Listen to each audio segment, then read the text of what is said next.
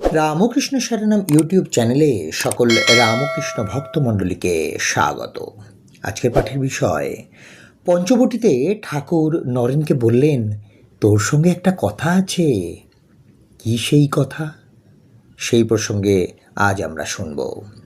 ওং স্থাপকায় চ ধর্মস্য সর্বধর্মস্বরূপিণে অবতার বরিষ্ঠায় রামকৃষ্ণায় তে নমঃ।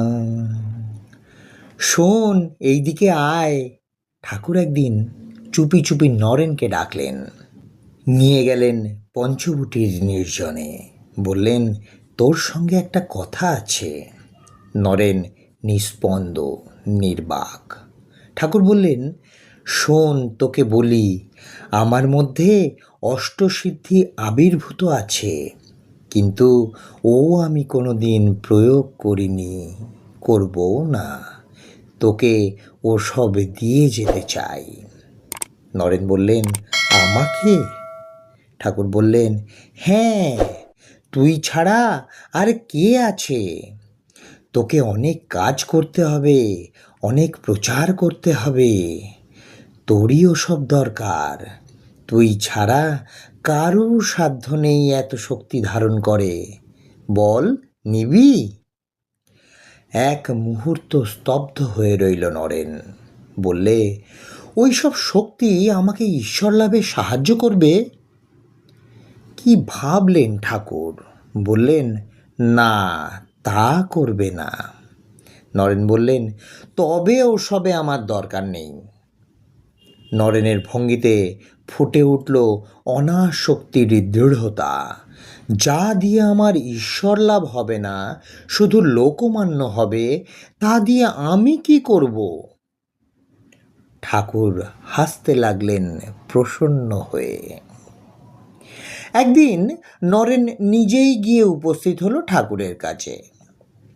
তার ধ্যানের ফল কি হচ্ছে না হচ্ছে তাই বুঝিয়ে বলতে।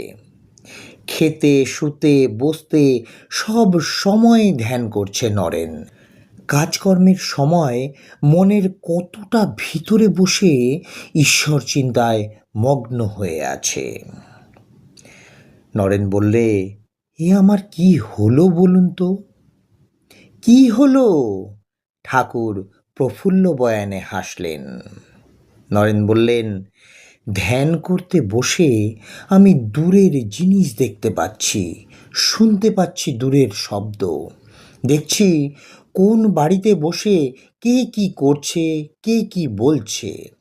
উঠে উঠে যাচ্ছি সে বাড়িতে, গিয়ে দেখছি যা শুনেছি, যা দেখেছি সব সত্যি। এ আবার কি নতুন খেলা? ঠাকুর বললেন, এসব সিদ্ধাই তোকে ভোলাতে এসেছে, ঈশ্বর লাভের পথে বাধা সৃষ্টি করতে এসেছে। তুই সিদ্ধাই নিবি কেন? তুই ভগবানকে নিবি, তুই ধ্যান সিদ্ধ হবি। দিন কতক তুই ধ্যান বন্ধ করে রাখ, তারপরে দেখবি ওসব আর আসবে না। তুই পথ পাবি, নিত্যকালের এগিয়ে যাবার পথ। আজকের পাঠের তথ্যসূত্র, পরম পুরুষ শ্রী শ্রী রামকৃষ্ণ।